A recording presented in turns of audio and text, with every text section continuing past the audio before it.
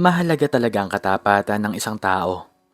Mahirap kasi makisama sa mga sinungaling dahil minsan alam nilang hindi na totoo ay pilit pa nilang itatanggi tapos sa huli ay ikaw pa ang masama. Ikaw, naranasan mo na bang maging masama ng dahil sa kasinungalingan ng iba? Kung ganon, ay tungayan niyo po ang istoryang ito na tiyak ay kapupulutan niyo ng aral.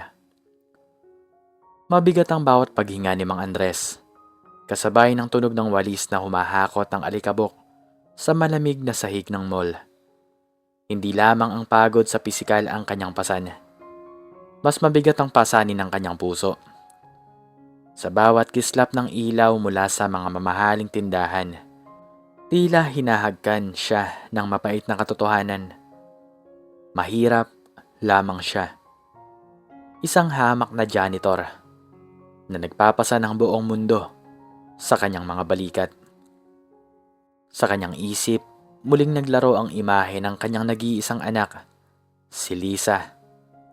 6 na taong gulang pa lamang ngunit nakikipagsapalaran na sa isang mabigat na sakit sa puso. Ang mga salita ng doktor, "Kailangan niya ng operasyon, kaagad," ay nakatatak sa bawat hibla ng kanyang pagkatao. Ngunit paano? Saan siya kukuha ng milyong-milyong piso na kailangan? Ang kanyang kinikita ay sapat lamang para sa pagkain nila, sa renta ng maliit nilang pwesto, at sa mga pangaraw-araw na gamot ni Lisa. Walang labis, walang ipon. Ang bawat sandali ay isang laban. At sa bawat pagdaan ng araw, tila unti-unting nauubos ang mga hininga ng kanyang munting anghel. Ang simoy ng hangin sa gabi ay hindi na sariwa, kundi amoy ng lumalalang pag-asa. "Mang Andres, tapos na ba dyan sa food court?" Tanong ni Aling Nena, ang supervisor niya, habang papalapit sa kanya.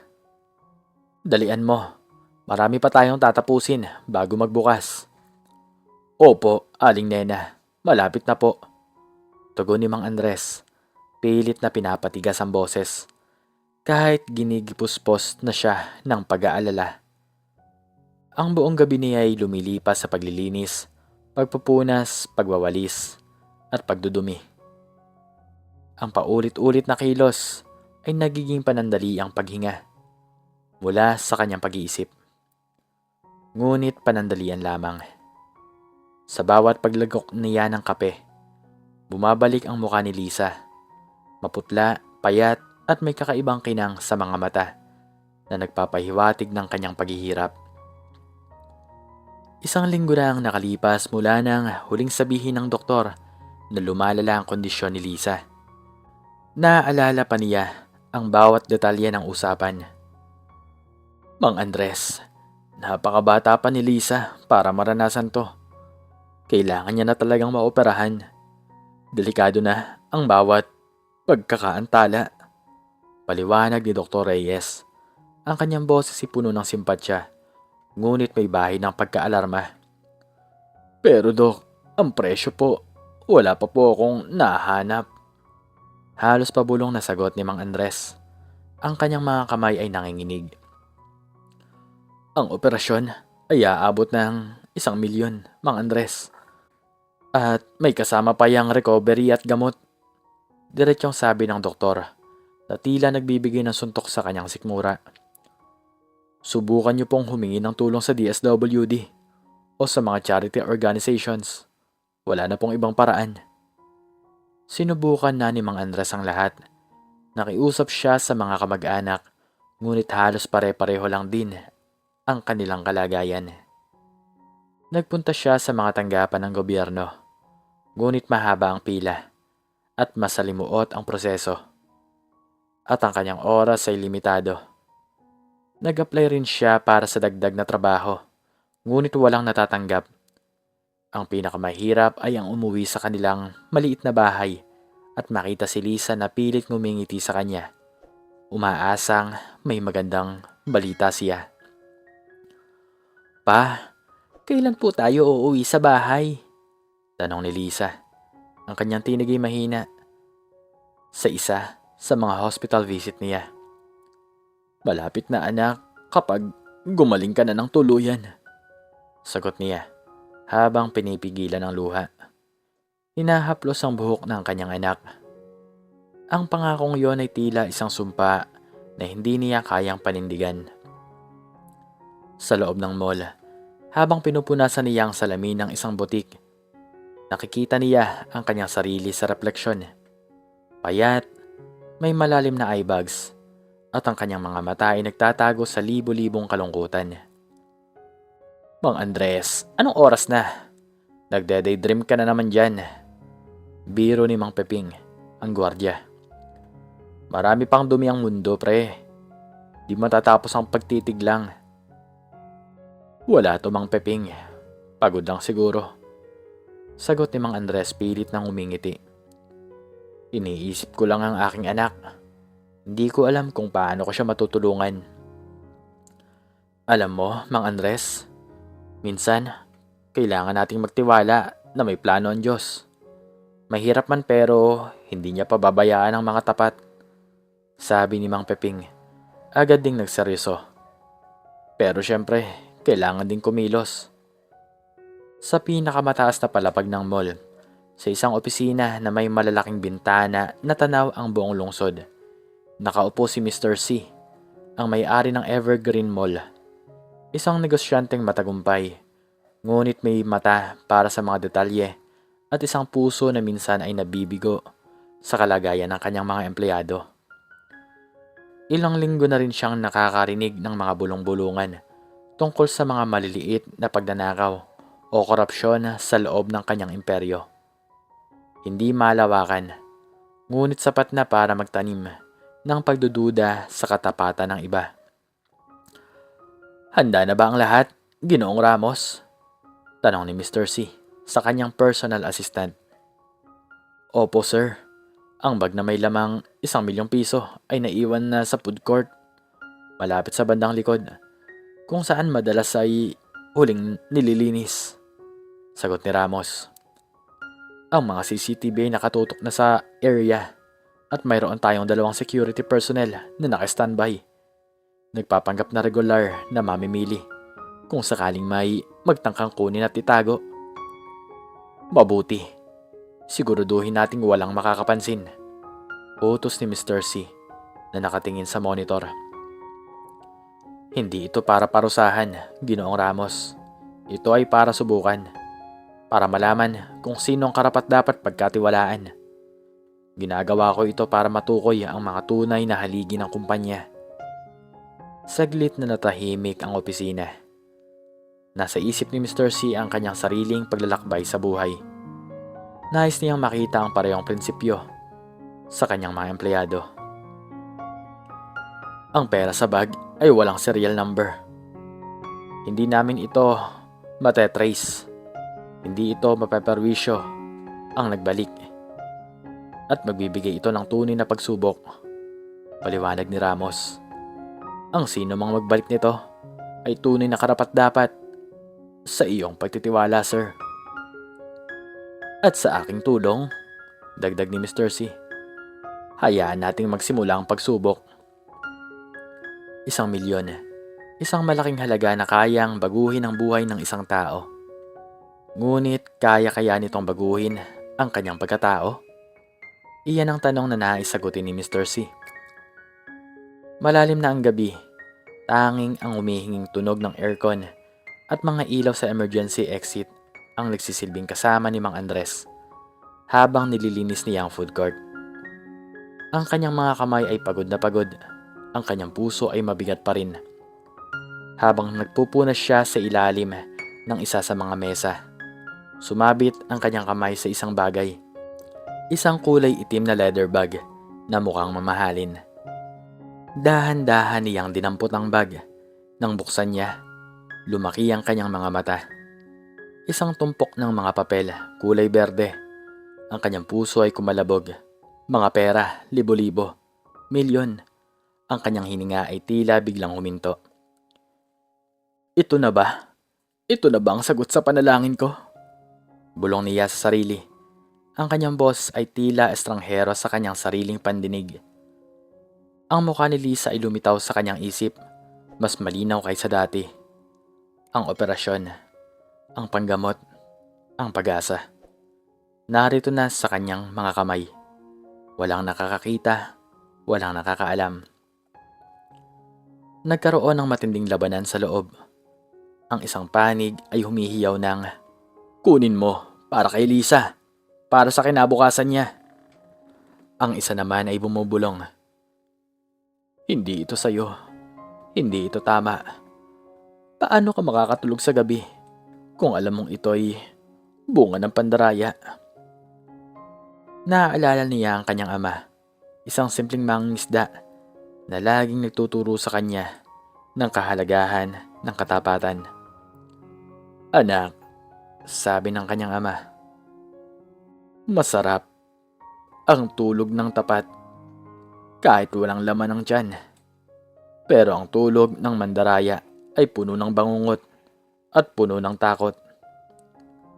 Ang mga salitang iyon ay umalingaw sa kanyang isip. Tiningnan niya ang bag. Pagkatapos ay tumingin sa paligid. Walang tao, walang nagbabantay. Tanging ang kanyang sarili at ang kanyang konsensya. "Paano kung ito na ang susi?" Bulong niya ulit. "Ang Diyos ba ang naglagay nito dito para sa amin?" Ngunit ang kasamaan ng pag-iisip na yon ay agad niyang itinulak papalayo. Hindi maaaring magsimula ang isang magandang buhay ni Lisa sa isang kasinungalingan. Hindi yon ang itinuro niya sa kanyang anak. Kung ano ang tama, yun ang gawin.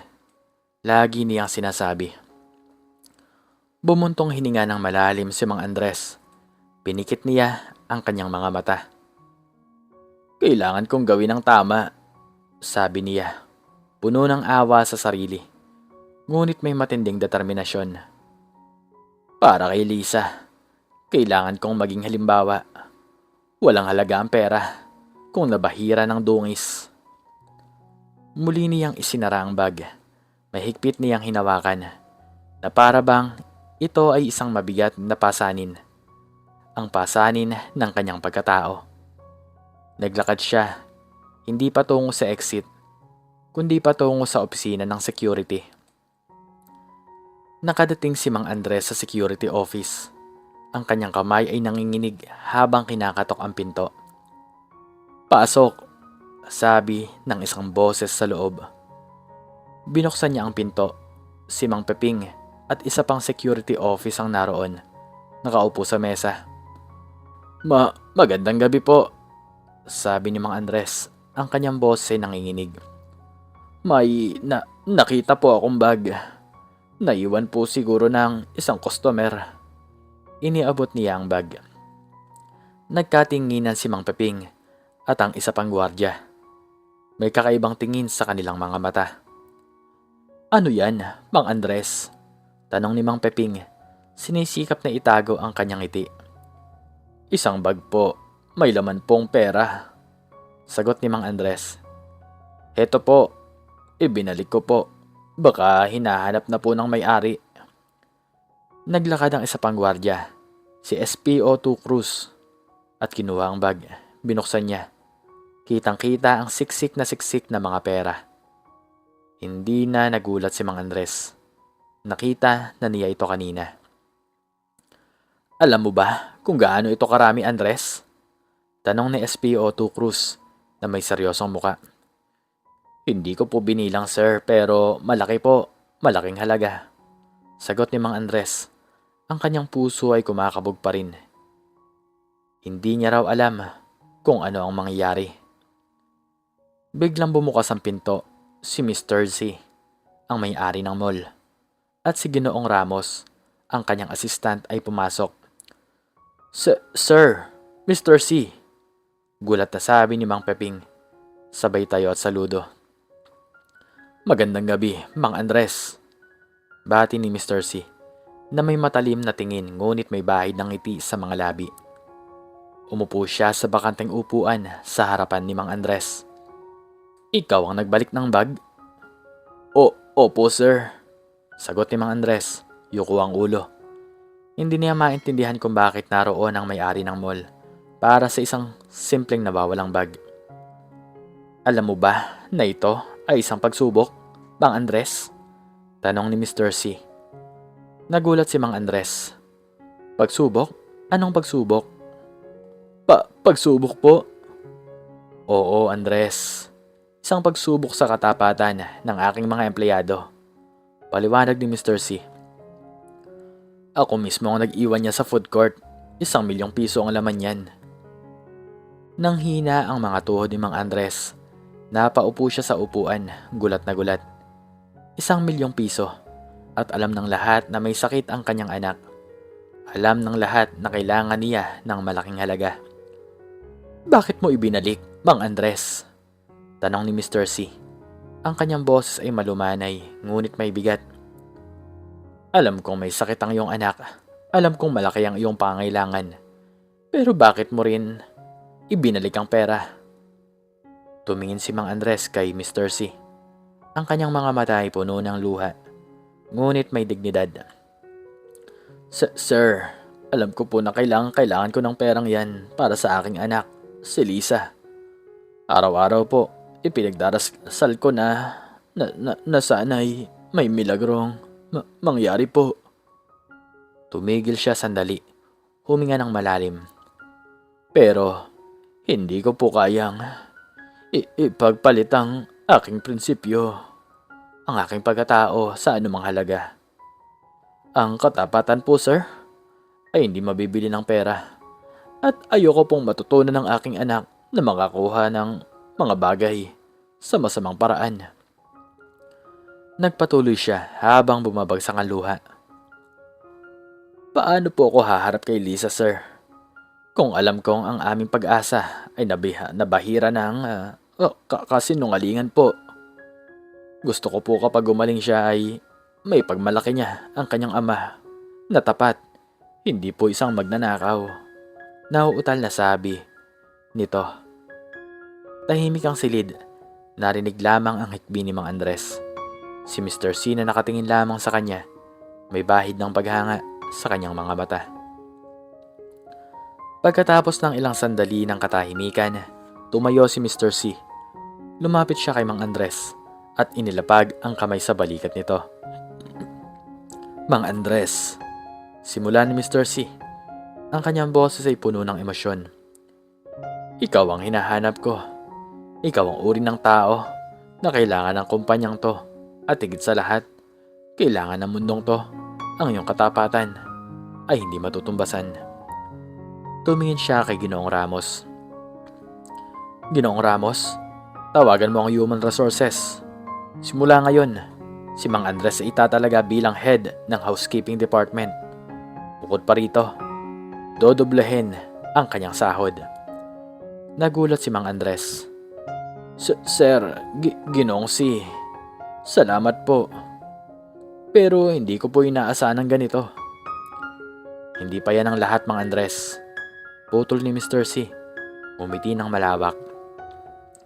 Ang 1,000,000 piso na to, aniya, sabay turo sa bag ng pera, ay ipinagkakatiwala ko sa iyo. Hindi ito kapalit ng iyong pagbabalik ng pera. Ito ay para sa iyong anak na si Lisa. Sasagutin ng Evergreen Mall ang kanyang operasyon at lahat ng gastos sa pagpapagamot hanggang sa kanyang tuluyang paggaling. Bukod pa rito, maaari ka nang magsimulang magtrabaho sa opisyal na posisyon mo kapag nakalabas na si Lisa sa ospital. Hindi makapaniwala si Mang Andres.